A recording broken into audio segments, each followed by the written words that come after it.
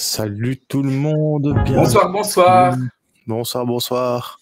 J'espère que vous allez bien maintenant. Il faut toujours un petit temps, on va attendre un peu que les abonnés se présentent. Alors Twitch, c'est différent de YouTube, tu sais pas préparer ça à l'avance.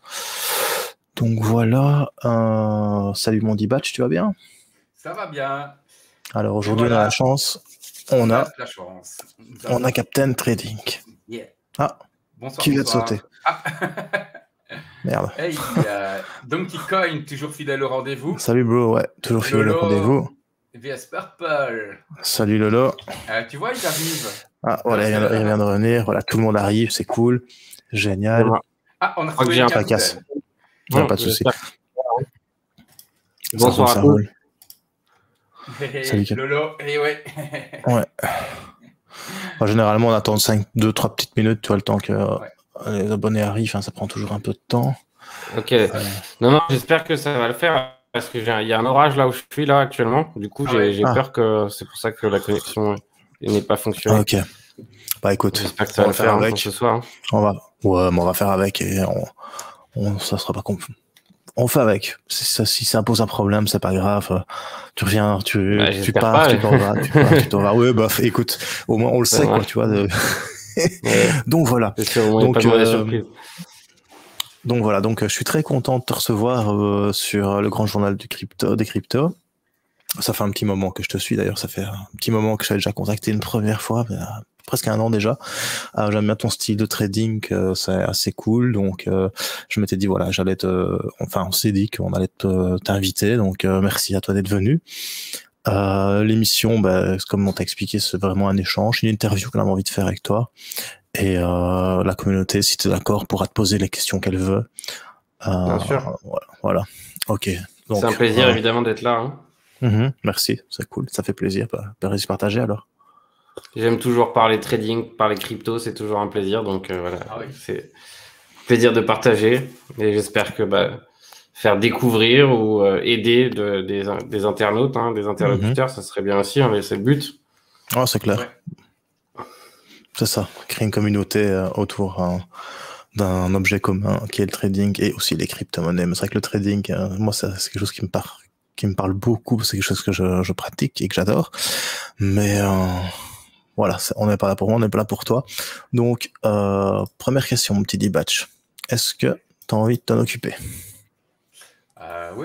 Oui, tout d'abord, on va faire un petit check, le son c'est bon sur le chat, on nous entend bien, tout va bien. Ça, on est sûr. Et voilà. Alors, pour démarrer, je pense que je propose que le capitaine fasse une petite présentation. Tu dis ce que tu as envie de dire de toi, ton parcours. Moi, je te suis aussi depuis un moment, donc je connais ton parcours, ce que tu as rencontré dans ta vie et que tu expliques. Et ce qui t'a amené vers le trading. Mais j'aimerais bien, nos amis aimeraient bien certainement l'entendre. Alors moi, c'est Captain, Captain Trading. Donc j'ai décidé finalement d'échanger à travers ce nom de Captain Trading. Donc j'ai 30 ans. Ça va faire maintenant presque 5 ans que je suis dans la crypto et dans le trading. J'avais fait une petite découverte trading avec le Forex il y a longtemps. Ça n'avait pas super bien fonctionné. Je pense que j'avais pas eu la bonne approche à l'époque. Et du coup, finalement, en fait, il y a 4-5 ans, quasi 5, maintenant, ça va vite. J'ai découvert les cryptos. Donc d'abord, c'était évidemment juste crypto, pas trading. Et finalement, évidemment, très rapidement, je me suis retrouvé face au chandelier japonais. Et très rapidement, je me suis retrouvé, on va dire, aspiré par ce monde. À la fois parce que ça offrait finalement cette alternative un peu nouvelle qu'on a. Voilà, étant un peu réfractaire de base, je trouvais ça très intéressant d'avoir ce système un peu parallèle où je trouvais ça intéressant comme approche. Et évidemment, après, rapidement, je me suis retrouvé sous l'emprise, évidemment, du trading. Alors, en fait, j'ai eu une petite mésaventure en 2018, après avoir perdu une partie de mon wallet, c'est-à-dire avoir perdu quasi la totalité de ce que j'avais gagné. Bon, parce que je suis arrivé, évidemment, avec chance, je suis arrivé en plein bull run, hein, mais vraiment en début de bulle. C'est-à-dire que finalement, je me suis rapidement senti comme un génie. Oui, je me disais, mais qu'est-ce que j'ai fait à travailler si on peut gagner de l'argent si facilement? Parce que finalement, on se réveillait le matin, on misait sur une crypto et ça faisait 3 x 4 x 5 la nuit d'après. Donc, on était là, oui, mais c'est dingue.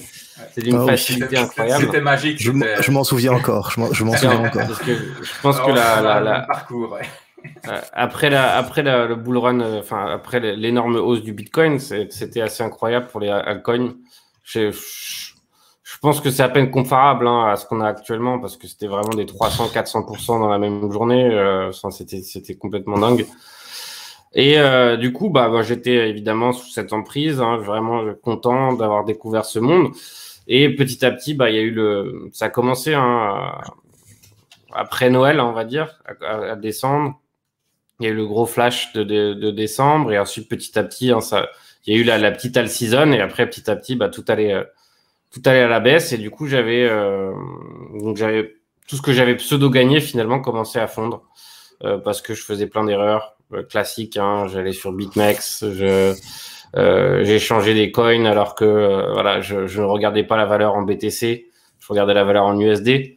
Donc j'avais l'impression de voir des pourcentages de performance. Mais finalement, ces pourcentages des performances étaient valables en USD et pas en Bitcoin. Donc, ce qui veut dire que finalement, en fait, je perdais de l'argent. Ou je perdais des BTC, mais on ne pouvait jamais trop savoir ce que je faisais, en fait. Et du coup, en février 25,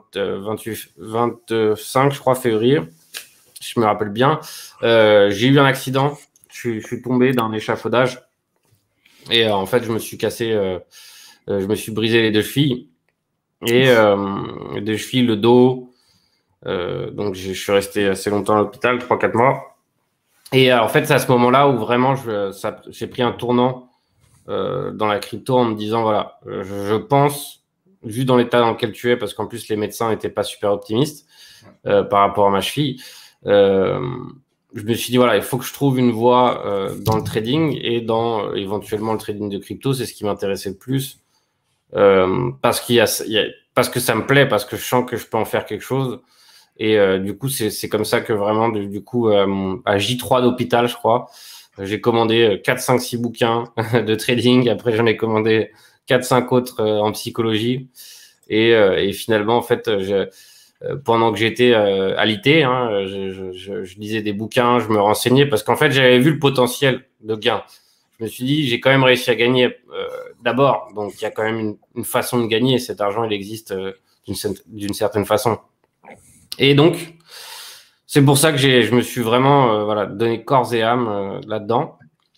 Et bon, après 4 mois d'hôpital, je suis sorti. C'est pareil, j'avais encore un fauteuil roulant. J'étais encore assez mal au point. Mais j'étais en plein dans l'apprentissage et en tout cas, ça me donnait vraiment une belle raison de continuer à lutter, tout simplement parce que j'étais vachement occupé mentalement.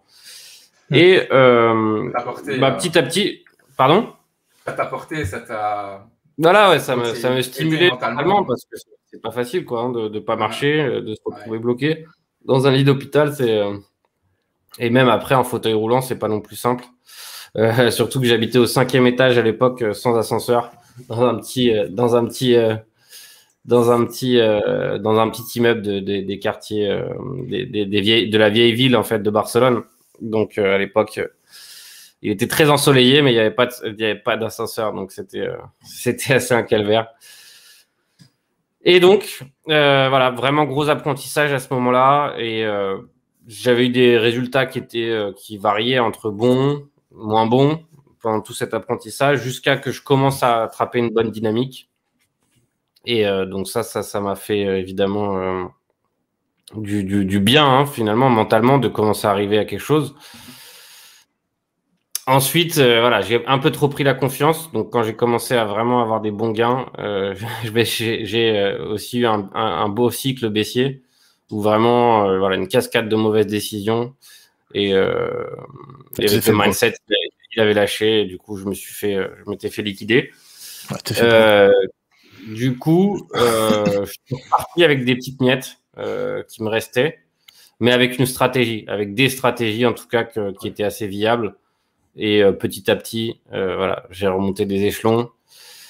Et en fait, c'est juste après tout de même avoir un capital conséquent, ou avoir récupéré, on va dire, cette dynamique intéressante. Petit à petit, j'ai commencé à écrire aussi sur Twitter en parallèle. Donc ça s'est fait il y a déjà 2 ans, hein. Ça passe vite le temps. Et du coup, en fait, je prenais Twitter comme un espèce de journal de bord. Donc en gros, je partageais mon plan de la même façon que je partageais mon plan pour moi-même, en fait. Et du coup, c'est vrai que ça commençait à prendre de l'ampleur et que les gens commençaient à suivre ce que je disais. Et je trouvais ça intéressant parce que les gens trouvaient que c'était une approche tout à fait différente de ce qui existait déjà. Et évidemment, joueur comme je suis, j'ai commencé à me prendre au jeu et j'ai écrit mon premier article, en fait. Donc, dans cet article, je me suis un peu ouvert, tout simplement, sur mon histoire, à savoir que j'étais mon parcours, à savoir que j'étais pas forcément bon élève à l'époque, que voilà, j'avais découvert les stupéfiants, le cannabis, tout ça très jeune, et que finalement, suite à un arrêt, donc j'ai arrêté, ça fait 10 ans maintenant que je prends plus de stupéfiants, ni d'alcool, ni je bois pas, je fume pas. Donc après, j'ai eu cet accident. Donc en gros, c'était un peu ça que j'ai expliqué dans cet article, mais que finalement, entre-temps, après cet accident, j'ai découvert le trading et qui m'a vraiment finalement emmené ailleurs. Voilà, qui m'a apporté une place dans cette société. Je me suis senti bien. Je me suis senti vraiment passionné par le sujet parce que finalement, la psychologie me passionne aussi énormément. Le fait de s'accomplir, le fait d'apprendre sur soi, de connaître son soi intérieur, voilà, tout cet aspect mindset est pour moi incroyable. C'est ça. Il n'y a pas que l'aspect trading, il y a aussi, voilà. Enfin, en tout cas, de ce que j'en ai vu, et que, comme je suis sur Twitter, YouTube, c'est aussi l'aspect gestion des émotions, le mindset, voilà, tout cet aspect psychologique qui est important aussi, et ça, tu le fais régulièrement. Et je trouve que c'est vraiment extra et que ça fait du bien d'entendre ça, surtout pour les nouveaux qui arrivent et qui n'y connaissent rien, voilà. Et voilà, c'est ce package qui est... Ouais, mais c'est pour ça aussi que je voulais t'inviter, parce que moi j'ai exactement la même conception de toi du trading. Moi je dis toujours, en fait, le trading c'est la meilleure façon de te connaître. Tant que tu ne te connais pas, tu peux pas être trader. Enfin, j'avais commencé une série sur ça en vidéo et je disais toujours, c'est le truc qui m'a appris le plus sur moi-même. Exactement. Le trading, c'est apprendre à te connaître. Une fois que tu te connais, tu deviens trader. Tant que tu ne te connais pas, donc tes faiblesses et tes forces, tu peux pas être trader parce que tu es un gambler. C'est pas la même chose. Le trading, c'est avoir un plan. C'est comme tu dis. C'est pour ça que, voilà, que je te suis. Sinon, je suis personne. Tu verras, je suis pas grand monde. Voilà. Ça fait plaisir d'en flatter, alors. En fait, je me retrouve totalement dans ce que tu dis. J'ai pas la même vie, j'ai pas la même, mais il y a beaucoup de choses qui sont similaires, hein, tu vois. Donc voilà, juste moi, je suis un peu plus vieux que toi, et je trouvais que c'était une bonne manière d'aborder le trading, et aussi d'expliquer aux gens que moi, je me suis fait broke 4 fois déjà, donc je pense que tu t'es déjà fait broke quelques fois aussi, et que c'est important qu'ils se rendent compte que qu'on se fait broke et que la réussite elle est au bout du tunnel, et que tant que tu persévères pas et que tu te formes pas, ça va continuer, quoi. Mais c'est pas grave. C'est pas grave, t'as la vie pour apprendre. C'est ça qui est important. Pour être honnête, je pense que j'ai lu beaucoup de livres, hein, parce que j'adore lire. Pareil. Donc, on va dire des livres de trading, particulièrement sur des grands investisseurs ou sur des personnages assez importants ou qui ont eu un rôle important en bourse. Les 3/4, si ce n'est la totalité, quasiment, ont déjà tout perdu plusieurs fois. Et finalement, ça fait partie du parcours. Normalement, évidemment, je le souhaite à personne. Hein. Je souhaite à tout le monde d'y arriver sans se retrouver à perdre tout son capital, parce que ça fait mal. C'est ce que j'essaie d'enseigner à mes élèves, que voilà, il faut comprendre que le capital, c'est sa source de travail, quoi. C'est sa possibilité de travailler sur le marché. Et sans, on se retrouve dans des situations embarrassantes où on doit mettre le trading de côté pendant un certain temps jusqu'à récupérer du capital. Et ça, c'est vraiment quelque chose qu'on veut pas, quoi. Enfin, qu'il faut éviter à tout prix. C'est pour ça qu'une gestion du risque très, avec une bonne discipline de faire, c'est super important. C'est pour ça que lorsque tu perds le pourcentage que tu dis que tu as les pertes, quand tu as placé ton ordre, tu vends. Tu n'espères pas que ça remonte, tu te mets moi je suis comme ça, je prends des TP, quand je trade, la dernière fois je me suis fait broquer, j'ai tout perdu. Mais vraiment. Et pourtant, ça fait quand même depuis 2009 maintenant que je trade, et je me suis fait avoir mars 2020. Quand t'as dit BitMEX, ça m'a fait sourire parce que j'ai perdu tout. Ouais. Je pense. Ouais. Donc voilà, et là on est en 2021, j'ai réussi à me refaire, tu vois, petit à petit, comme t'as dit, voilà, petit à petit. Et maintenant j'ai pris le côté holding de la force, et j'ai arrêté de trader, parce que j'ai plus le temps. Je sais pas être tout le temps devant mes écrans. Ça aussi c'est quelque chose que je trouve qui est important de faire comprendre, et que tu le fais quand même passer aussi, c'est que c'est un job plein de temps, quoi.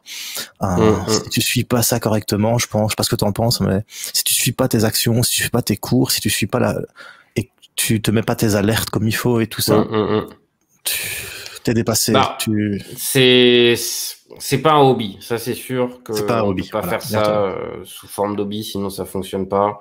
Un hobby, c'est quelque chose où on dépense de l'argent, d'accord, mais on n'en gagne pas grâce à un hobby. C'est un hobby, c'est pour se faire plaisir. Donc si c'est un hobby, ce qui est le cas pour beaucoup, beaucoup de gens font un peu de gambling, comme tu disais tout à l'heure. Dans ces cas-là, oui, pourquoi pas, mais si on veut vraiment gagner de l'argent sur un marché, il faut tout de même y dédiquer, parce que parfois je parle anglais, espagnol. Y dédier du temps, ça c'est évident. Du temps, ça c'est sûr. Et comme tu l'as dit, se former, quoi. Ça c'est très important. Exactement, se former, oui, ça s'improvise pas. J'aime bien quand je vois tes vidéos, les premières, tu vois, les japonais. Une de mes toutes premières sur mon ancienne, c'est les premiers trucs que t'apprends, c'est ça.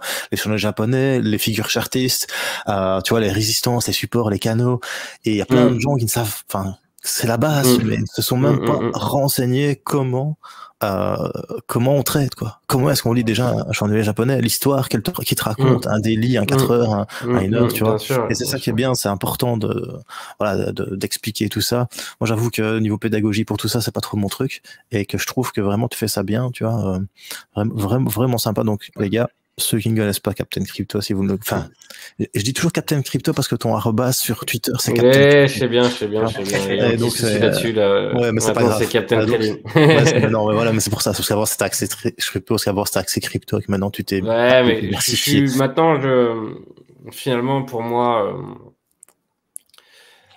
c'est pas que la crypto qui m'intéresse maintenant. Ce qui m'intéresse, c'est qu'on construise un avenir, qu'avec Captain, on apprenne tout simplement des bases de la gestion de portefeuille, et qu'éventuellement il y ait d'autres choses que des cryptos dans son portefeuille, parce que je pense que c'est intéressant d'avoir d'autres choses.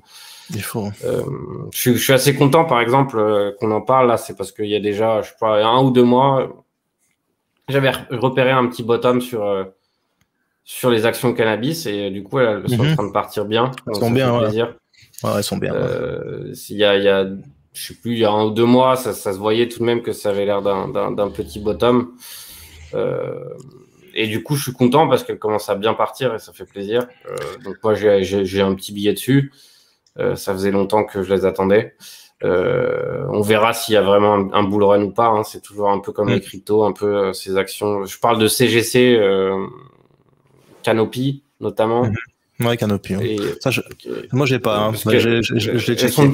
Elles sont dispo sur FTX, c'est pour ça en fait. Par simplicité, j'ai choisi ces 2 actions Cannabis.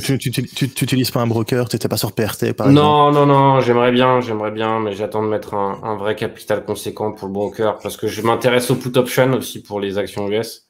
Donc, j'attends de trouver la bonne maison, et ensuite, une fois que j'aurai trouvé la bonne maison, lequel? Pro Real Time. Ok. Pro Real Time, c'est belge. Enfin, c'est pas pour faire le truc, c'est des Belges, c'est à Bruxelles que ça se passe. Moi, j'utilise Pro Real Time, c'est vraiment super bien. Il y a rien à dire. T'as tout. Tous les marchés.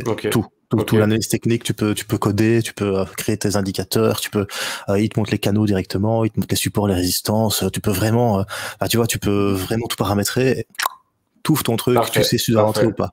Franchement, je te filerai un lien, Foriel. Parfait, vraiment du lourd, super bon. Et ben, ça me fait plaisir que tu parles aussi de bourse, parce que ben voilà, moi aussi c'est quelque chose. Moi, je viens de la bourse en fait, tu vois. Et ben voilà, moi, c'est ce que je dis aussi souvent, c'est important aussi de trader, enfin, en tout cas d'investir à la bourse. Se trader à la bourse, il faut un gros capital. Faut dire s'il faut dire. Si t'as pas 100K derrière, et encore 100K. C'est mou. Ouais. Voilà. Tu fais 2%, tu fais 2 points, t'es content. On va dire. Et voilà, c'est important d'investir aussi des gains qu'on fait en crypto. Enfin, je trouve, dans d'autres, moi par exemple, j'ai des fonds Templeton. Voilà, des fonds à des obligations, c'est important d'avoir des fonds, des obligations, des actions. Par exemple, je sais pas si t'as déjà parlé à tes abonnés de tout ce qui est dividende. Par exemple, t'as Apple, ils versent des dividendes. Donc, quand tu détiens tes actions, tous les trimestres, tu as des dividendes et t'as plein d'actions comme ça qui te donnent des revenus passifs sans forcément devoir les trader. Et c'est ça qui est vraiment intéressant aussi avec la bourse. Alors les FNB, on parle toujours de l'ETF Bitcoin, mais il y a tellement d'FNB, de fonds tradés en bourse, de fonds négociés en bourse qui sont intéressants pour avoir des dividendes justement comme ça qui tombent tous les mois et pour pouvoir peut-être avoir une liberté financière sans devoir forcément trader. Parce que trader, c'est comme tu dis, c'est un taf et c'est dur, c'est vraiment dur. Ouais, exactement. Mais maintenant, il y a aussi, tu ne parles pas que du trading, enfin ça en fait partie, mais par exemple, quelque chose que j'aime beaucoup, c'est que tu parles par exemple de DCA, tu expliques aussi aux débutants comment aborder le trading, mais aussi moi je ne suis pas trader par contre, j'ai essayé avec des leviers et tout ça, mais c'est pas mon truc et je ne m'y risque pas, je suis plutôt holder, mais rien n'empêche de holder et d'avoir une petite partie pour trader ou investir directement. Mais moi chaque fois qu'il y a des nouveaux qui me demandent, je donne le lien du capitaine où il parle du DCA, Dollar Cost Average. Regardez, vous êtes débutant, commencez par là, quoi. C'est la base, de toute façon. Formez-vous et allez voir. C'est la base de l'investissement, c'est le DCA. Parce qu'en fait, il y a plein de gens qui le font sans savoir qu'ils font du DCA. Faire du DCA, qu'est-ce que c'est? C'est mettre de l'argent, acheter une action tous les mois pour le même montant. Et son prix fluctue et tu fais une moyenne de prix d'achat sur le nombre d'actions totales que tu as achetées. Donc, c'est la base. Mais c'est clair que j'aime bien que tu en parles parce qu'il y a, moi, je sais bien, j'en parle tout le temps. Mais c'est vrai qu'il y a peu de youtubeurs, en fait, qui expliquent réellement les choses, tu vois. Et ça fait plaisir. Donc, moi, j'aime bien.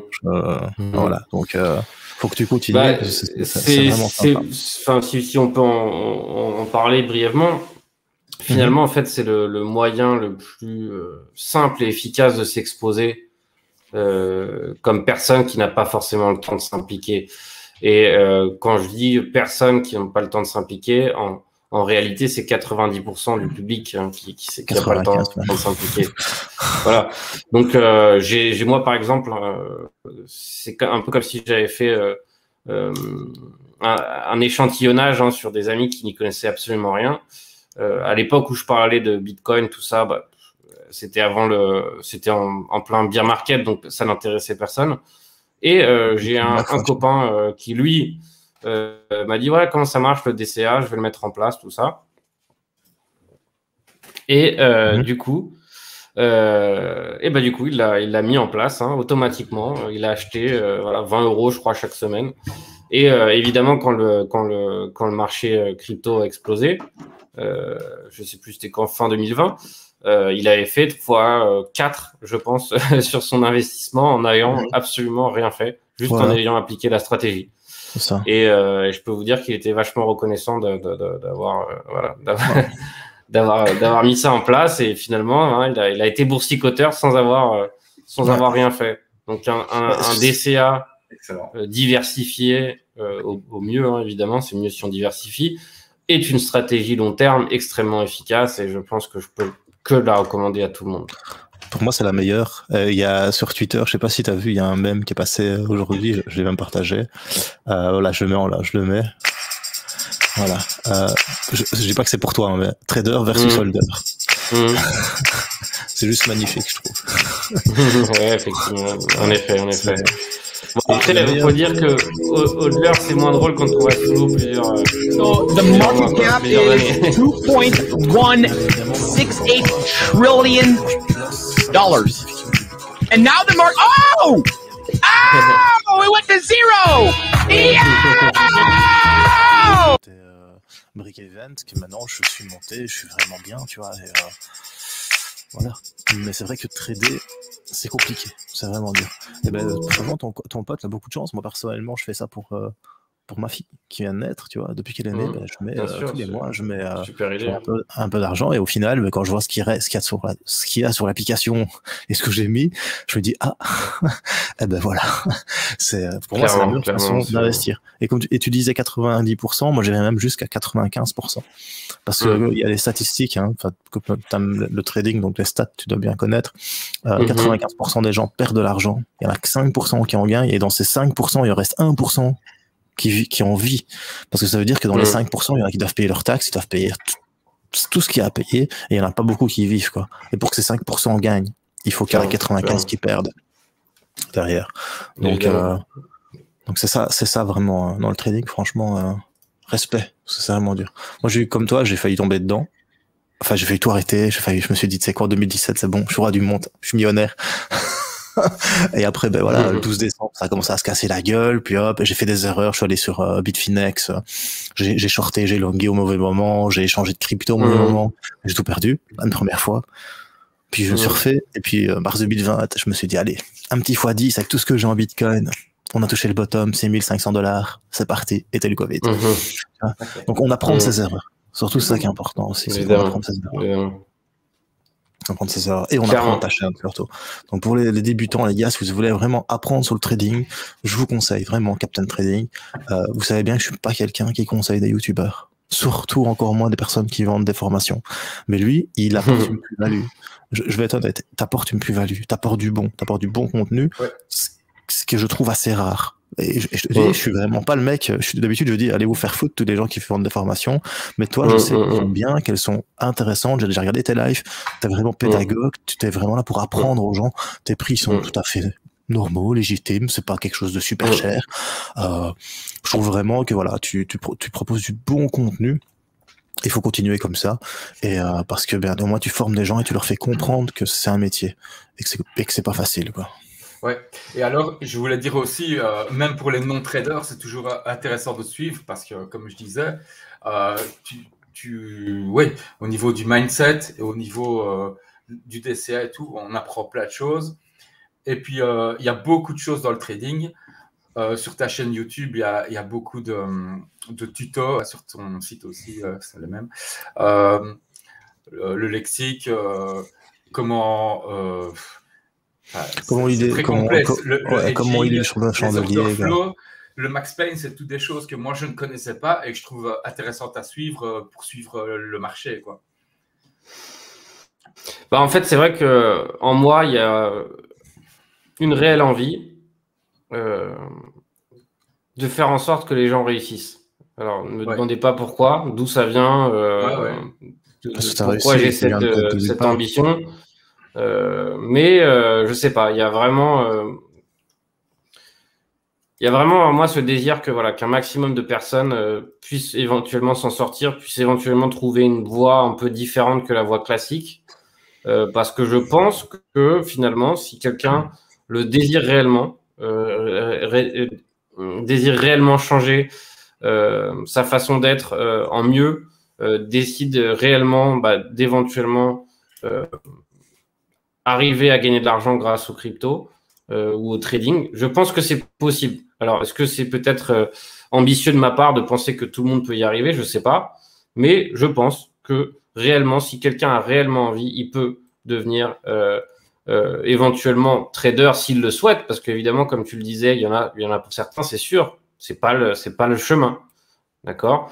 Mais pour moi, en tout cas, quand j'ai découvert cette activité, ça a été un déclic, un réel déclic. Et finalement, je trouvais qu'en tout cas en français, ça manquait beaucoup de mentors, ça manquait beaucoup de gens impliqués avec de la qualité comme contenu sur lequel on puisse vraiment s'appuyer pour apprendre. Donc moi, j'ai appris dans pas mal de bouquins. Après, dans beaucoup de pratiques aussi, ça a été beaucoup de pratiques. Mais finalement, pourquoi j'ai du contenu un peu spécial, on va dire beaucoup moins fréquent, c'est parce que c'est des choses finalement que j'applique, que j'ai mis en place et que j'ai réussi à simplifier et que j'essaye d'expliquer à tout le monde. Donc pour certains, ça parle, pour d'autres, ça parle moins peut-être. Mais en tout cas, voilà, j'essaie de clarifier les choses et tout en faisant en sorte, évidemment, de donner à tout le monde l'opportunité de participer, de s'intégrer. Et donc, au niveau, tu parlais des prix, effectivement, je sais à quel point, malheureusement, les formations trading ont mauvaise réputation et les groupes, etc., ont mauvaise réputation, ce qui finalement... pourquoi j'ai longtemps hésité voilà, à mettre en place ce genre de service. Mais ce que j'ai fait, c'est que finalement, j'ai mis une barrière monétaire qui est relativement faible, accessible à tous. Mais surtout, je fais en sorte que la majorité des gens qui suivent aient rentabilisé voilà, leur petite participation assez rapidement, voilà, en donnant des tips, en partageant tous les jours du contenu, en partageant vraiment voilà, une vraie approche de travail, comme je pense qu'ils ne doivent pas avoir réellement dans d'autres endroits. Donc, je pense aussi que c'est important de mettre une petite barrière, tout simplement parce que on rentre dans des choses que j'ai mis du temps à apprendre, qui vont coûter cher à apprendre. Et ouais, c'est normal de pouvoir remettre à prix. C'est pas... Exactement. Et les gens, malheureusement, quand c'est gratuit, ne valorisent pas forcément aussi bien les choses. Et derrière, pensent que c'est tout à fait normal, alors que ça ne l'est pas forcément. C'est comme aller chez un psychologue. Hein. Si tu payes pas, c'est pas la même chose.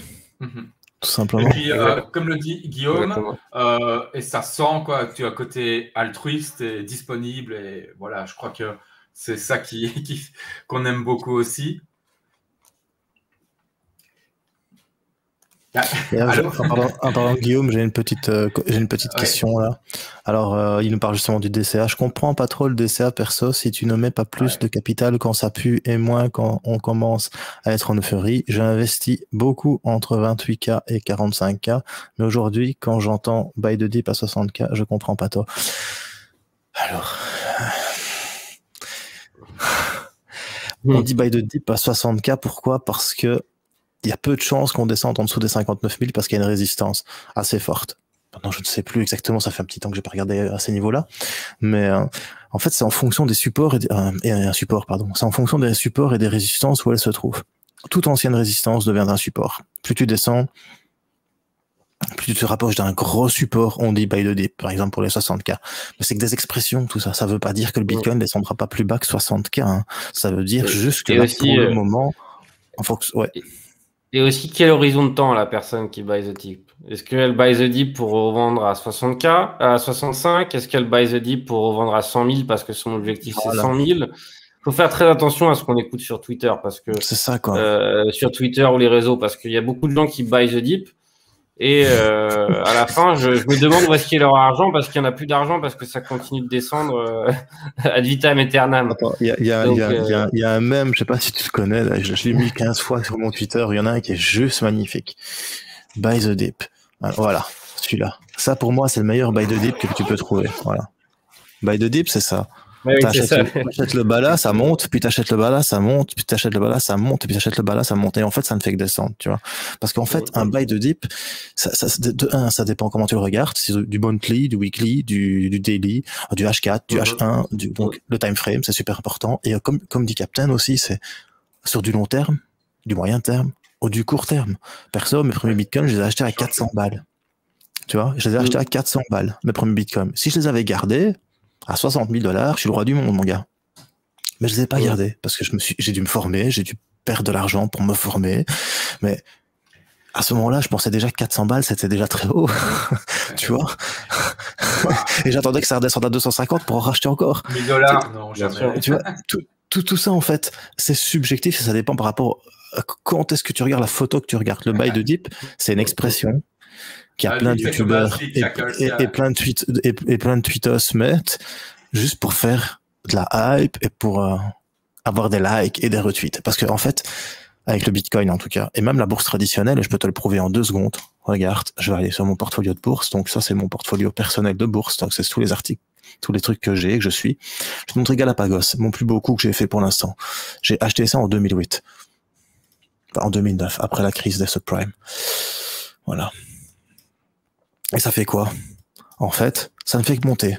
Et la plupart des actions à la bourse ne font que monter. Tu vois? Donc, si tu achètes aujourd'hui, tu achètes peut-être un dip dans 5 ans. Tu vois, c'est ça. Buy the dip. Ça veut dire que tu achètes aujourd'hui, mais de toute façon, dans 5 ans, ce sera peut-être plus cher. Je sais pas si tu vois ce que je veux dire. Hein. Bien sûr, bien sûr. Bah, ça se trouve, un jour, on regardera 60K, on se dira, ah non, mais mince, si j'en avais acheté à 60K, c'était l'or, quoi. Voilà, c'est ça. Et ceux qui te mettent, ouais, buy the dip, ils ont peut-être l'impression qu'ils ont beaucoup d'abonnés, qui se disent, bon, allez, je vais faire remonter le cours du Bitcoin en faisant acheter à mes abonnés. Je sais pas pourquoi ils font ça, parce qu'au final, ça sert à rien, quoi. C'est juste pour mettre un peu de hype, un peu de pression, un peu de, tu vois, voilà. Enfin, pour moi, c'est ça. Un peu d'engouement. Un peu d'engouement. De toute façon, final, avec les market malheureusement, makers, ce qui marche très très bien dans les réseaux sociaux et dans le monde des réseaux sociaux, particulièrement YouTube ou ailleurs, c'est les émotions, jouer avec les émotions de l'abonné. Du coup, finalement, engendrer de la peur, engendrer du stress, engendrer de l'euphorie, finalement, ça, c'est ce qui permet, du coup, le clic, et ce qui permet d'engager les auditeurs. Voilà. Donc, malheureusement, de nos jours, c'est un peu comme ça qu'on vit. Donc, forcément, oui, si je te dis buy the dip, et que toi, tu es acheteur, tu es très content. Tu te dis, voilà, tant mieux. Hein. Si lui qui a autant d'abonnés buy the dip, c'est que c'est bon. Sauf que derrière, finalement, si ça dérape, il n'y a personne derrière l'auditeur. Hein, évidemment, lui, il aura perdu. Et la personne qui a dit ça, elle n'aura pas forcément perdu, hein, vu qu'il n'y a pas forcément un enjeu derrière. C'est ça, quoi, exactement. Moi, la petite différence, en fait, où je connais pas les autres, hein, je regarde très peu de ce qui se passe autour de moi, mais moi, c'est vrai que finalement, ce qui permet pour moi de parler des marchés, c'est que je suis impliqué tous les jours dans les marchés. C'est-à-dire que tous les jours, finalement, je me mouille, tous les jours, je gagne de l'argent, tous les jours, je peux en perdre. Voilà, tous les jours, il y a des jours où j'en gagne beaucoup. D'autres où je me prends une claque comme beaucoup. Voilà, ça oscille là-dessus en fait. C'est que vraiment tous les jours je vis le marché des cryptos. J'essaye de faire en sorte d'expliquer un peu à mon audience un peu comment faire. Est-ce qu'on est plutôt investisseur? Est-ce qu'on est plutôt trader? Est-ce que j'essaye de donner en tout cas dans ce que je partage une approche globale et que derrière un peu chacun pioche dans sa spécialité. Je parlais tout à l'heure d'être là très souvent derrière les écrans et je suis en train maintenant de développer une stratégie, on va dire, plus basée sur les trades de plusieurs semaines, d'accord, donc un peu swing trading, hein, c'est ce qu'on appelle swing trading. Donc je sais pas s'il y a des abos qui savent ce que c'est, s'ils savent pas, qu'ils me posent en commentaire, hein, j'expliquerai avec plaisir. N'hésitez pas à poser des questions. Mais j'essaye justement, vu que maintenant avec mon histoire avec le mentoring finalement, parce que c'est un peu ça que je suis, hein, ça fait bizarre à dire parce que c'est un peu nouveau comme étiquette pour moi, mais c'est vrai que j'ai de moins en moins de temps pour vraiment être 100% derrière mes positions toute la journée, tout en ayant une vie de famille, tout en ayant une activité dans le groupe, faire des vidéos, enfin c'est complexe. Donc je me développe une spécialité dans le swing trading. Attention, c'est pas beaucoup plus facile que l'intraday, d'accord? Il faut être capable, de voir sa position, perdre de la valeur, gagner de la valeur tous les 3-4 jours, et il faut être capable finalement d'avoir la conviction de la garder jusqu'au bout, ce qui n'est pas forcément plus facile, hein, on va dire, que l'intraday finalement, où on peut récolter possiblement ses profits à la fin de la journée, ce qui est plutôt parfois agréable. Parce qu'on se dit, voilà, j'ai gagné, j'ai perdu, au moins c'est terminé, on passe à la journée suivante. Alors que vraiment, le position trading, c'est beaucoup plus... c'est beaucoup plus... Tu verras que moi, j'étais intraday, et tu verras qu'en faisant ça, tu seras beaucoup plus serein, déjà. Parce que ça, faut pas oublier qu'intraday, c'est quand même, faut des nerfs solides, hein. Je sais pas ce que t'en penses, mais intraday... Moi, perso, j'ai arrêté, donc bravo. Et le swing, je trouve que justement, t'as plus de temps. Et... je vais pas te donner un conseil, mais tu connais la black box? Non, du tout. Non? Alors. La black box? Ça. Ouais, la black box. Attends. Non, ça me dit rien. Ce serait des millions. C'est pas compliqué. La black box. C'est tout con, ça porte son nom. Boîte noire. Et la boîte noire, elle te fait quoi? Elle te fait de pisse. La boîte noire, tu prends je sais pas, moi, attends, ça c'est mon setup trading. On va aller sur Bitcoin. Badaboum. Hop, chargé. Une boîte noire, en fait, c'est ce qui t'empêche de flipper pendant que tu fais du swing. Tu vois, ici, par exemple, moi, ici, sur le Bitcoin, sur du daily, on est sur le BTCD, hein, sur la dominance, donc ça se traite pas, mais admettons qu'on soit sur le Bitcoin, là, tu vois, c'est la dominance, ça n'a rien à voir. Je vois qu'on fait des bas de plus en plus haut, des hauts de plus en plus bas. Allez, ma prochaine target, elle est là, tu vois. Black box. Hop. Je fais ça. Je vais dessus. Arrière-plan. Hop. Ça s'appelle la technique de la black box. C'est dans un livre que j'ai lu ça. Donc, en fait, tu mets ton ordre. Moi, je fais du 3 contre 1, tu vois. Je fais toujours du ratio de 3 contre 1, sinon ça m'intéresse pas. Donc ici, j'ai presque, allez, on va faire ça. Normalement, si je vais là, ouais, presque un 3 contre 1, mais un peu plus. On va aller sur du 3 contre 1, voilà. Et tu lances ton ordre. Moi, je mets mon stop loss au moins du stop loss. Ça arrive au stop loss. De toute façon, tu sais bien quand t'es trader, tu sais bien que tu acceptes la perte. La perte, tu la détermines à l'avance. Tu sais bien que de toute façon, tu l'as perdu, tu t'en fous. Tu sais bien que ça fait plus partie de ton capital. T'es bien. Je mets un premier TP où je paye mon stop. Donc, je paye mon stop. Une fois que mon stop est payé, de toute façon, on s'en fout. Et j'attends. Et je mets mon TP. Et je regarde plus. Et à chaque fois que je vais sur ce cours-là, de toute façon, je regarde pas où on est parce que je ne le vois pas. Parce que le cours, il sera derrière. Il sera derrière ma black box, tu vois. C'est ça qui est sympa avec ça. Ton cours, il vient sur ta black box et ça s'appelle la technique de la black box. Je ne sais plus qui c'est qui fait ça dans un de mes bouquins de trading. Je sais plus qui c'est qui m'a appris ça. Intéressant. Non, moi, je fais ça. Je fais la même chose en fait avec les profits en fait, avec le PNL. En fait, tu regardes pas le PNL. Je suis le plan sans regarder le PNL pour évidemment justement éviter de banquer en me disant voilà ça y est, t'as gagné un bon montant, etc. C'est ce que j'essaye d'éviter en bloquant le PNL. C'est une cible. Oui, je sais que tu connais la boîte pro. Je te l'ai appris quand je faisais mes trading live. Fait rire, lui. lui, c'est un bon. Hein. Le petit Sensi, là, les gars, je vous conseille. Désolé, je fais sa pub, mais je vous conseille de le suivre. Il a commencé le trading, il n'y connaissait que dalle. On a commencé ensemble. Maintenant, ça fait 2 ans qu'il tient son tweet et franchement, il est super calé. Il est vraiment devenu bon. Donc voilà, il y a plein de petits trucs comme ça, psychologiques. Et pour le swing, ça marche vraiment bien parce que, voilà, tu vois, c'est des positions plus long terme. Et toutes ces positions un peu plus long terme, ce qui est sympa, c'est justement, tu t'en occupes pas, quoi. Par exemple, le Bitcoin, là, il est peut-être, ça s'est enlevé. Voilà, le Bitcoin, par exemple, si je prenais un long là pour venir taper au-dessus du canal, tu vois, ici, au-dessus du biseau, sur un biseau pour le moment, pour venir chercher là, je mettrais une black box et je mettrais un stop loss là. Et tant que c'est pas été là, ou qu'on n'a pas fait un nouveau all-time high, je touche pas, je mets juste mon TP et je suis tranquille. Ça peut durer 2 semaines, comme ça peut durer un mois. Mais c'est tout de même, on va dire, moins conseillé aux non-expérimentés, je pense. Je pense que tout de même, c'est quelque chose qu'on acquiert avec des skills qu'on acquiert avec du temps. Ah oui, il faut savoir où il faut savoir calculer un risk and reward, il faut savoir calculer une position par rapport à. Il y a un petit pédigré à avoir d'abord. Ouais, voilà, c'est à toi que je m'adressais. J'avoue que c'est vrai qu'on est pour les gens, mais c'était plus à toi que je m'adressais, désolé. Oui, non, mais désolé les gars, c'est vrai que des fois je préciser pour l'audience. Ouais, t'as raison. Faut savoir, le trading, c'est un truc qui me passionne, en fait. Tu vois, vraiment fort. Vraiment, tu vois, mais vraiment fort. Donc, j'avoue que, voilà, j'aime bien. Allez, on va passer à autre chose quand même. J'ai une petite question pour toi. Quels sont les indicateurs que toi, tu regardes? Alors, ça, c'est une question qu'on me pose souvent, et les gens c'est pour ça que je te la pose. De ma réponse. C'est que mon indicateur préféré, c'est le prix, en fait. J'ai pas besoin de regarder 1000 indicateurs pour prendre une décision, en fait, hein, tout simplement. Je peux vraiment me contenter que du prix pour trader, si c'est ça qui vaut comme question. Ok, parfait. C'est la meilleure réponse que tu pouvais donner.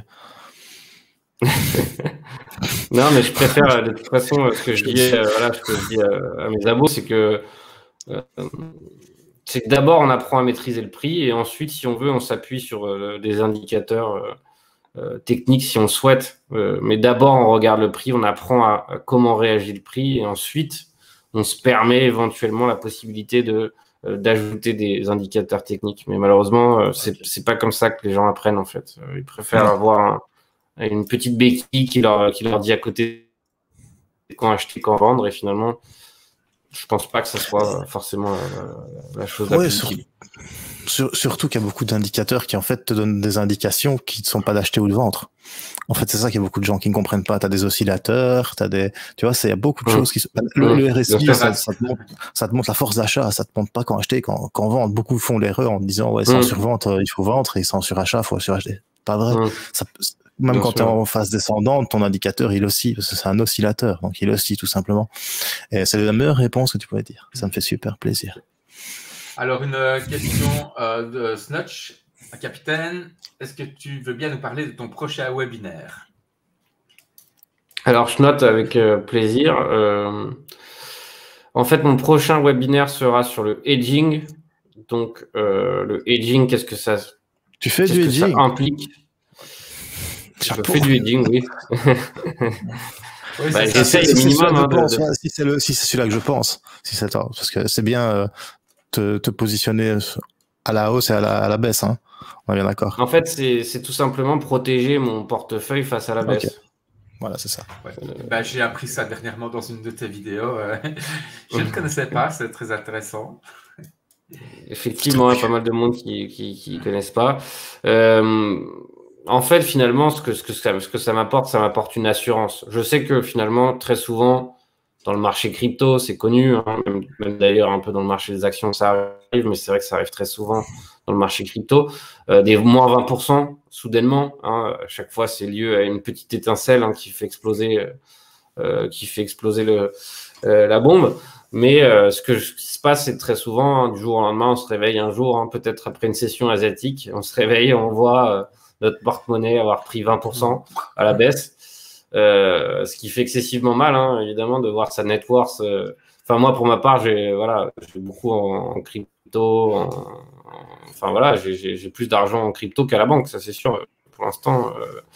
Donc, à part en mai où j'ai un peu diversifié, du coup, et je me suis permis un peu d'immobilier.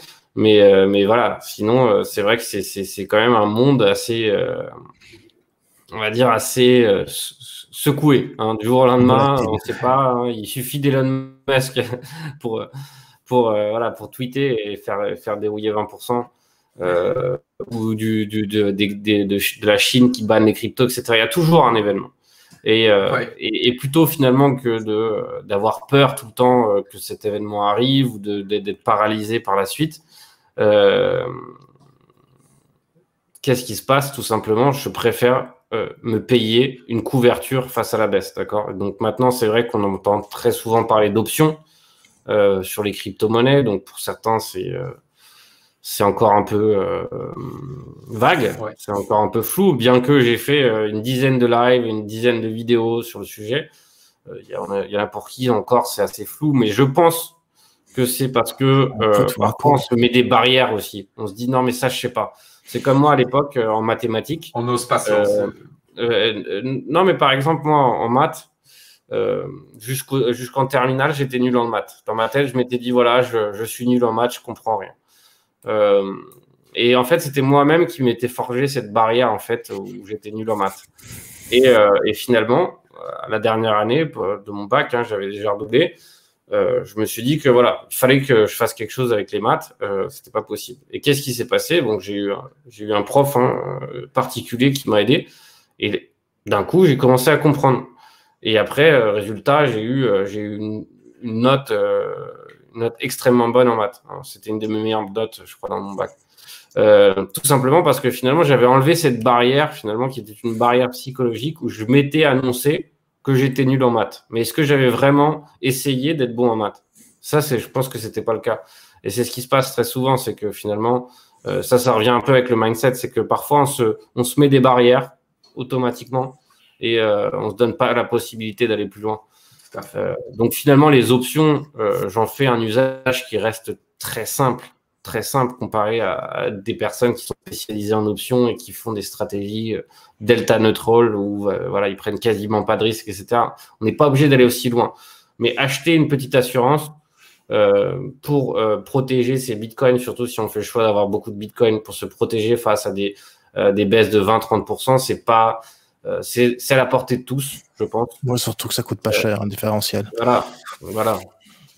Donc, c'est l'objet de mon prochain webinaire. Donc, essayer un peu de détecter les moments clés où il est préférable d'avoir une couverture et évidemment apprendre à la placer, cette couverture.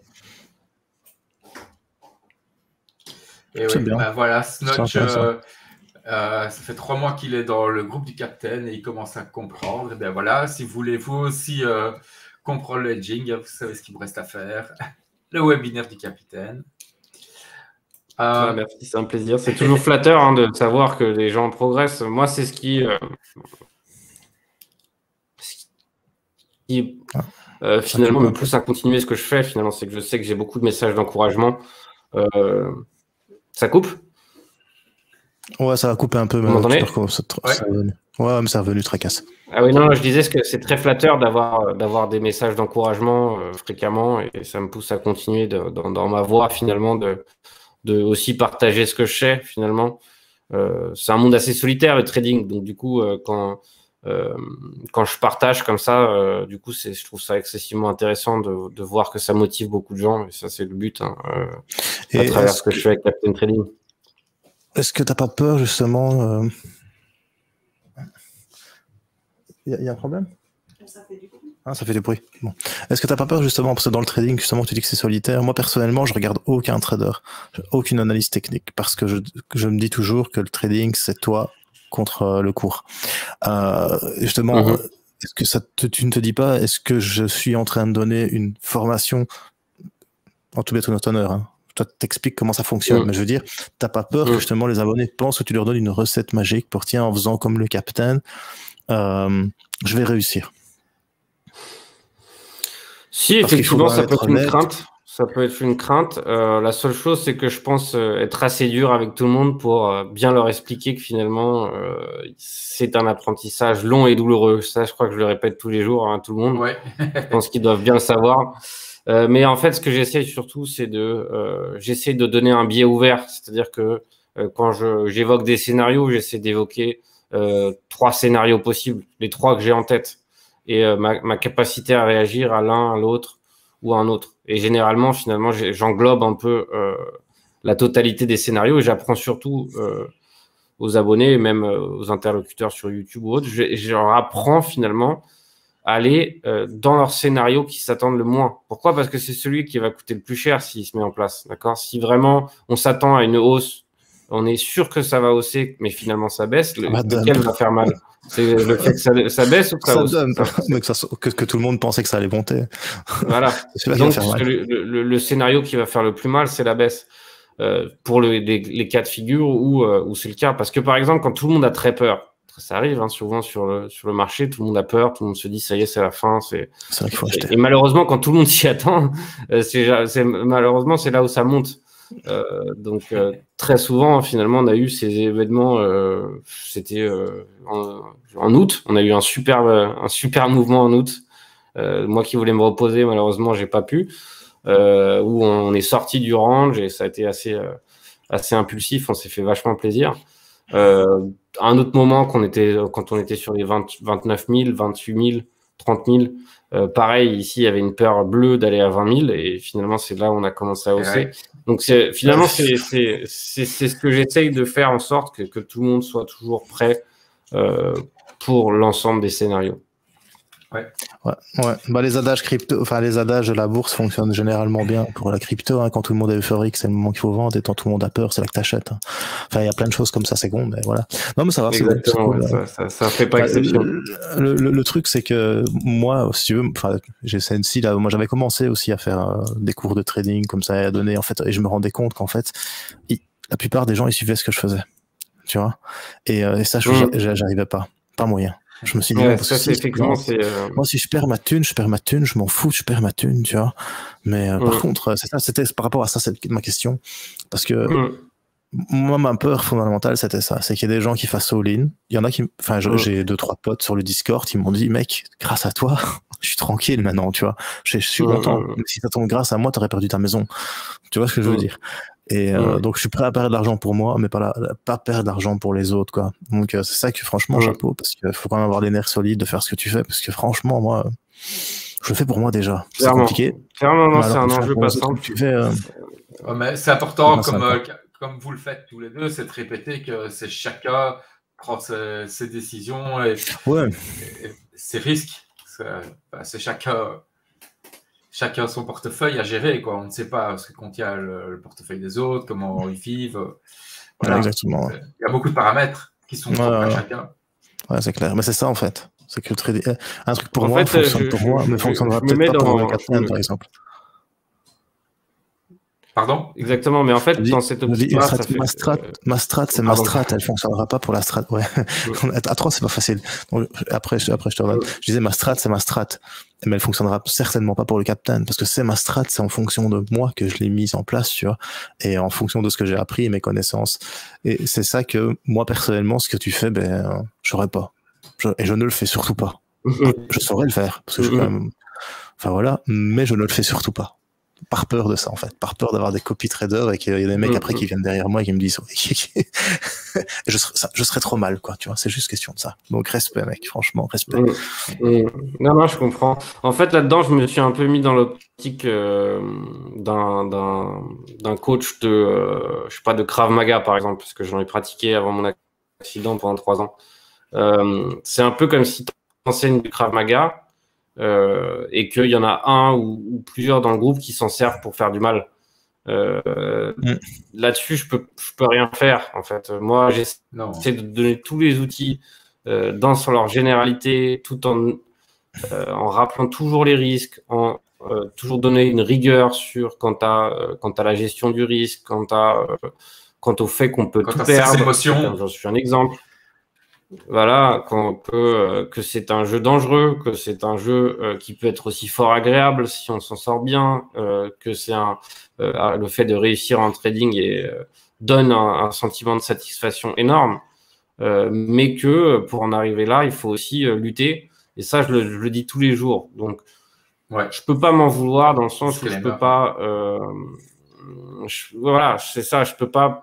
Par respect pour ceux qui sont là et qui ont envie d'apprendre, je peux pas ne rien faire. Et du coup, finalement, en fait, toute cette partie à expliquer éducative, c'était quelque chose qui était tout à fait inattendu. Jamais je me serais dit que j'apprendrais du monde ou d'autres gens à trader ou autre. C'est vrai que ça s'est fait tout seul, en fait. Et j'ai réussi à simplifier des choses que je ne pensais même pas que j'aurais pu le faire.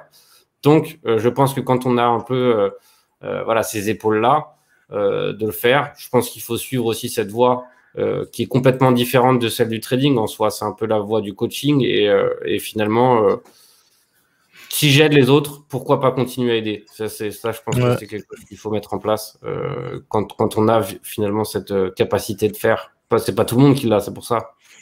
Bravo en tout cas. Et alors pour répondre juste 2 petites secondes à Okataz, je comprends pas bien ses remarques envers le captain. Je crois que t'as pas compris, c'est pas des remarques, bro. Alors, il partage son savoir et donne les outils aux gens. Il n'est pas là pour dire aux gens de buy ou sell. Bien évidemment, j'ai jamais dit qu'il était là pour dire aux gens de buy ou sell. J'ai expliqué que moi, je ne le faisais pas parce que justement, c'est ce que je voulais pas qu'il se passe. Je crois que t'as pas compris le truc. C'est justement au contraire, je lui dis bravo parce que lui, il a la force de pouvoir le faire. J'espère que j'ai répondu à ta question et réagi correctement à ton intervention. Merci. Effectivement, c'est deux choses complètement différentes. Il faut pas l'oublier, quoi. Faut pas l'oublier. Exactement. Enfin, tout le monde n'est pas capable de le faire. Mais d'ailleurs, c'est marrant qu'on en parle. C'est un sujet qui est difficile. Moi, je déteste savoir finalement que les gens vont faire comme moi sans réfléchir. C'est pour ça que j'essaye toujours de le rappeler tout le temps. Si je fais ça,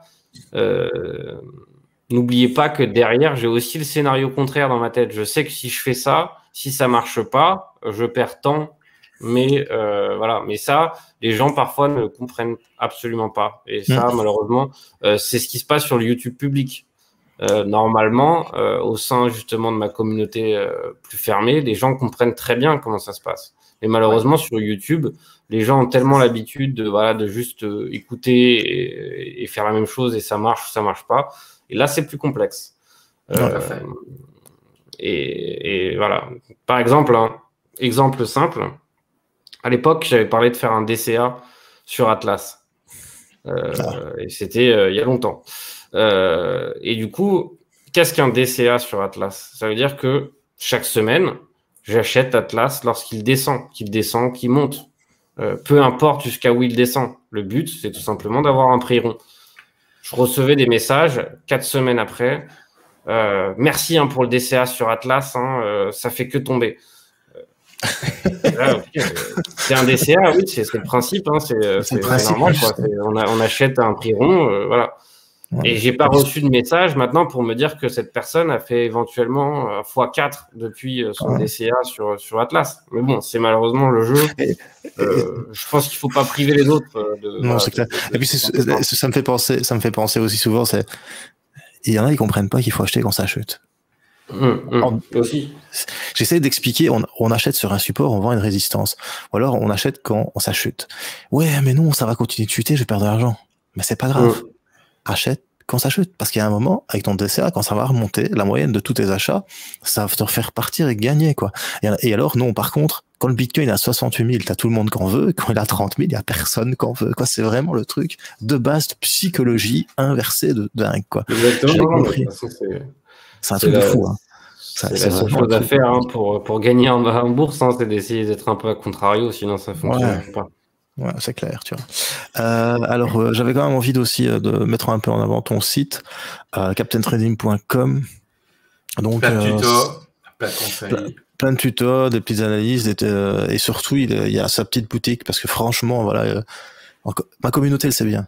Et je vais peut-être me faire incendier, mais je dis toujours, allez vous faire foutre tous ceux qui vendent des formations de merde. Mais je sais que c'est pas des formations de merde et que justement tu donnes une plus-value. C'est pas le mec qui te dit ma technique pour faire un fois 1000%, je te la donne dans une vidéo de 15 minutes, tu vois.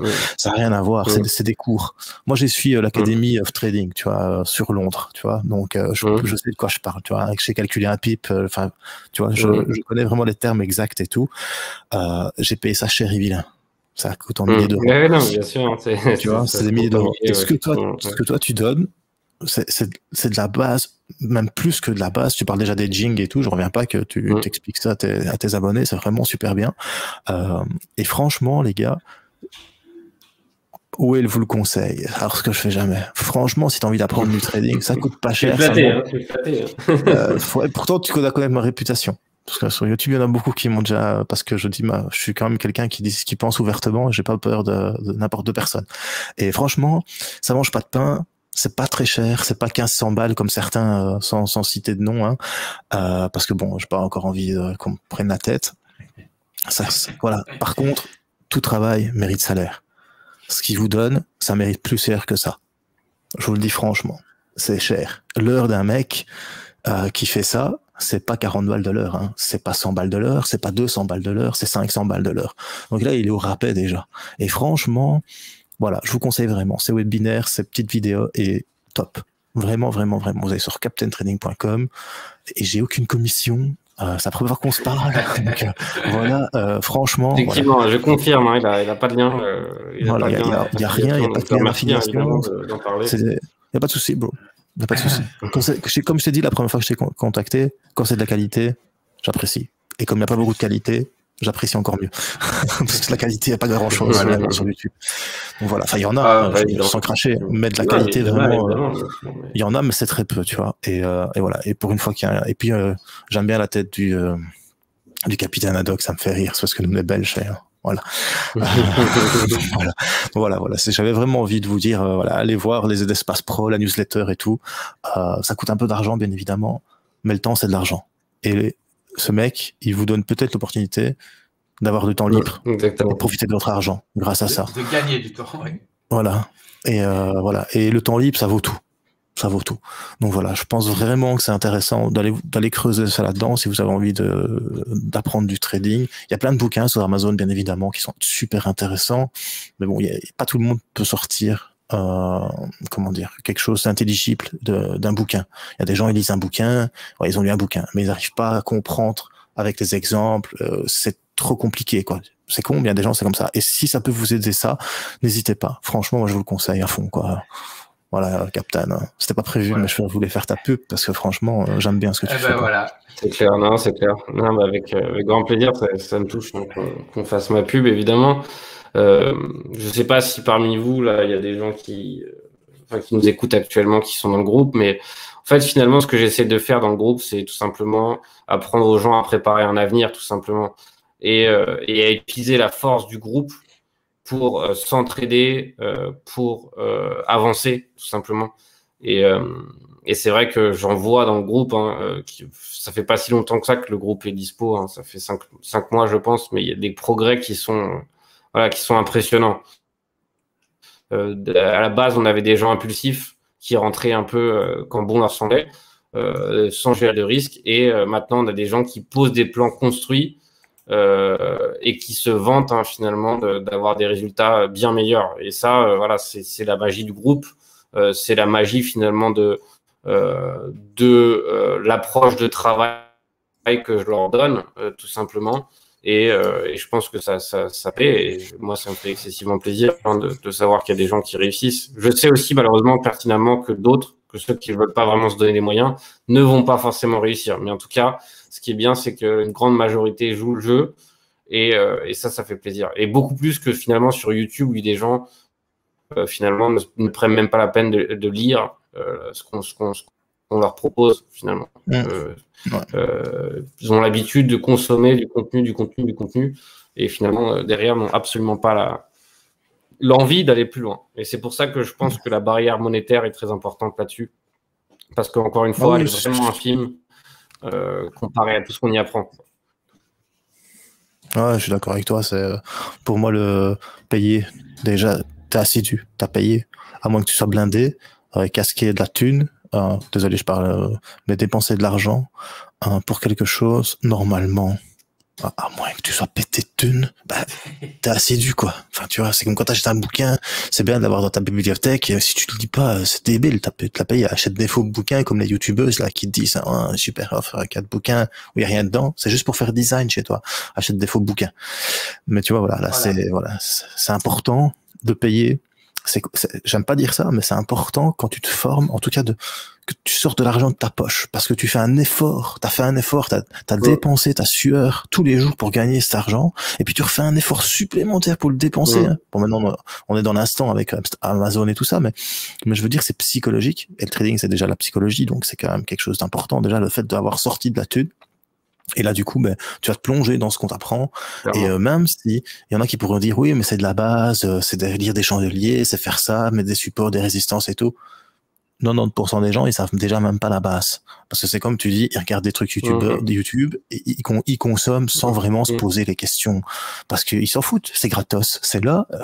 Et voilà, ils se posent pas les questions derrière, tu vois. Et c'est ça que c'est important, je pense, vraiment, l'acte d'argent, voilà.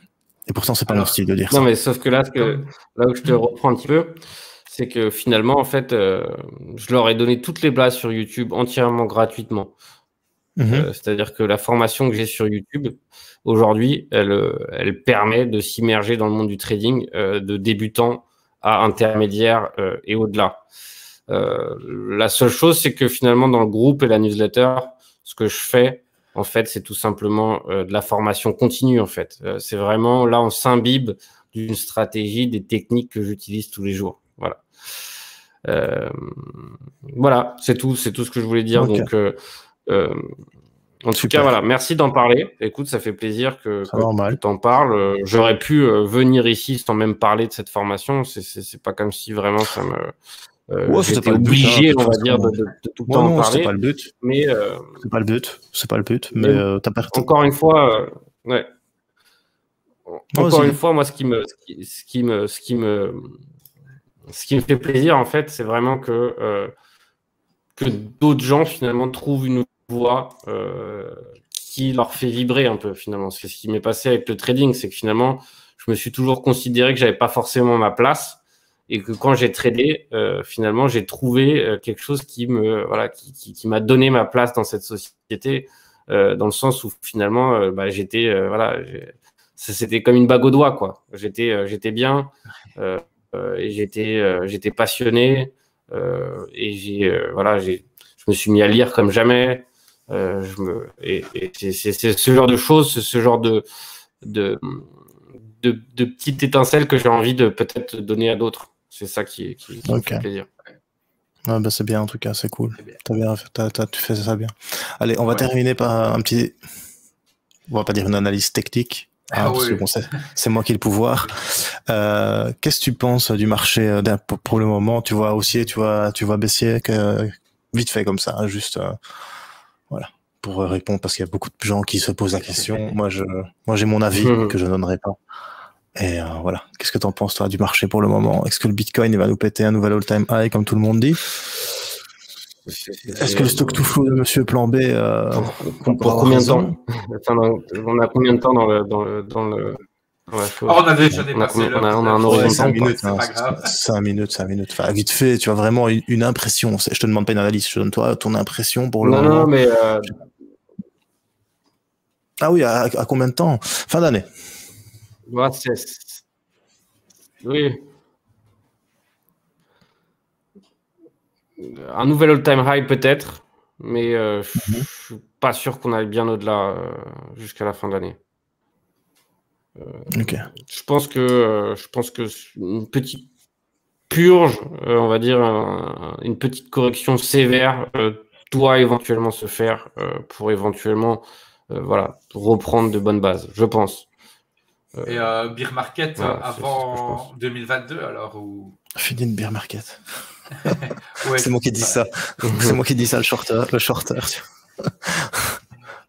Non, pas forcément bear market, juste correction importante, Ouais, juste 20%, 30%, comme on a pu le faire l'année dernière, avant mai, je veux dire. Avant mai, on a eu, si on regarde, on a eu plusieurs bonnes corrections avant d'éventuellement aller chercher ce nouvel all-time high précédent. Évidemment, comme on dit toujours, pas de boule de cristal, on verra bien ce que le marché... Tu sais, moi j'ai une boule de cristal pour tout ce que je fais comme trade, j'ai réussi, je suis à 99,99% de stats. Je rigole. Je rigole. Ouais, c'est compliqué en ce moment. Moi je trouve le marché... Parce que c'est tout à fait autre chose que 2017 en fait. Sortir, voilà, il faut... En tant que trader, ouais. Faut se servir et très important. Exactement. Quand t'es trader, c'est ça. Ça aussi, c'est un truc que je disais tout le temps. Tant que t'as pas vendu, t'as rien gagné. Et ça vient de 2017. Parce que 2017, j'étais le roi du monde. Et au lieu de vendre comme un con, j'ai tradé comme un con. Et j'ai appris. Je suis content. J'ai quand même appris plein de choses. Mais tant que t'as pas vendu, tant que t'as pas TP, t'as rien dans ta poche, mon gars. Et ça, c'est important. Et c'est là que t'es pas trader. Parce qu'un trader, il se dit, moi là, je veux me faire autant de pips, je me suis fait autant de pips, je vends, j'ai fait ma journée, le reste sur le coin, je m'en bats le steak, il peut comme qu'on continue à monter, je m'en fous, j'ai fait mon gain. Et un holder, c'est le contraire. La stratégie est différente en bear ou en bull market? Bah, c'est la même chose à l'inverse. On va dire que c'est plus facile en bull, quoi.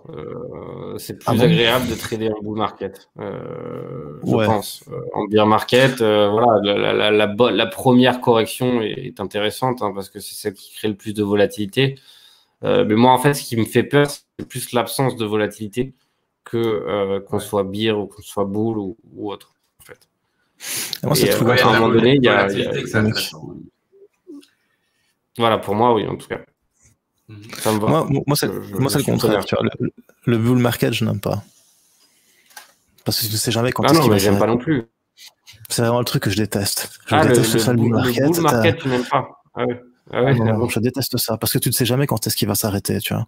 Alors que 65% du temps, ça chute. Normalement, normalement. Forcément, là, on parle du Bitcoin, c'est tout le contraire. Mais bon, sans parler du Bitcoin, mais les marchés traditionnels, 65% du temps, normalement, ça chute.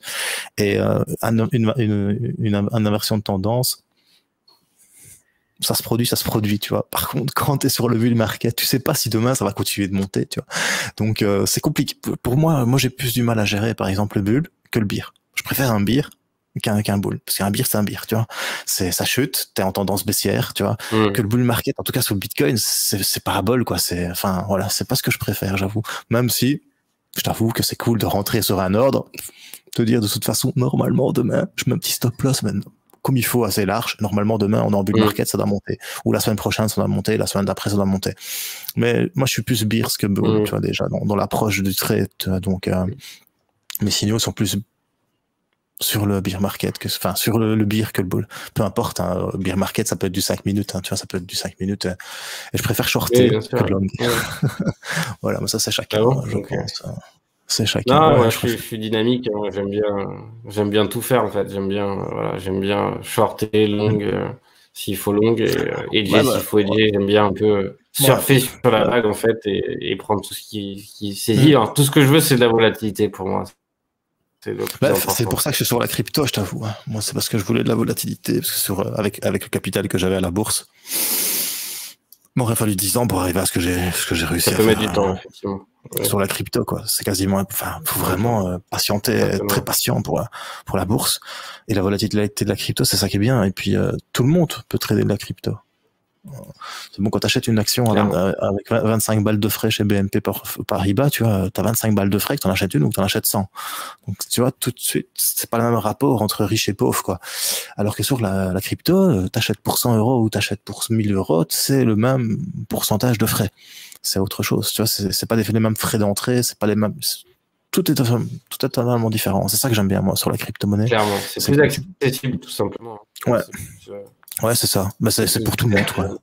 C'est la crypto pour tout le monde. C'est surtout pour ça qu'ils veulent essayer de l'empêcher et de la légiférer. C'est pour tout le monde. C'est ça. C'est vraiment pour tout le monde. Eh ben voilà. Ben écoute, c'est parti un peu comme d'habitude. Hein, on dibatch un peu. Voilà. Bien, on va clôturer ici. Ouais, on va clôturer. Peut-être laisser le mot de la fin pour le capitaine, un conseil ou les perspectives, ce que tu attends. Voilà. Bah écoutez, plus qu'un conseil, c'est plus, voilà, je vous souhaite bon courage à tous dans cette aventure qui sera longue, certainement, parce que normalement, quand on commence à s'immerger dans la crypto, on n'en sort pas demain. Donc voilà, bon courage dans cette aventure. Prenez des forces, tout simplement, pour vous passionner. Ne faites pas les choses à moitié, c'est très important. Faites pas comme la majorité qui va regarder à droite à gauche et essayer d'écouter un peu les vents qui tournent, les bruits qui courent sur les réseaux pour essayer d'éventuellement de gagner. Généralement, ça ne marche pas comme ça. Donc, tout ce que je vous souhaite, évidemment, c'est courage et impliquez-vous dans ce que vous faites et vous verrez que derrière, ça paiera certainement mieux que si vous ne vous impliquez pas. Eh bien, merci beaucoup. Merci à toi, Captain. Très sage conseil. Merci d'être venu sur la chaîne, en tout cas. Peut-être qu'un jour, on se enfin, tu reviendras peut-être aussi ça une fois sur la chaîne. Merci en tout cas ce que tu offres à ta communauté, c'est super important. Avec plaisir. Continue comme ça. Et le mot de la fin, n'oubliez pas les gars, personne n'a de boule de cristal. Et la seule chose qui est importante dans ce bas monde, c'est se former. Et se former. Donc, qu'est-ce qu'on dit au Captain? Merci, Captain. Merci, Captain. Merci.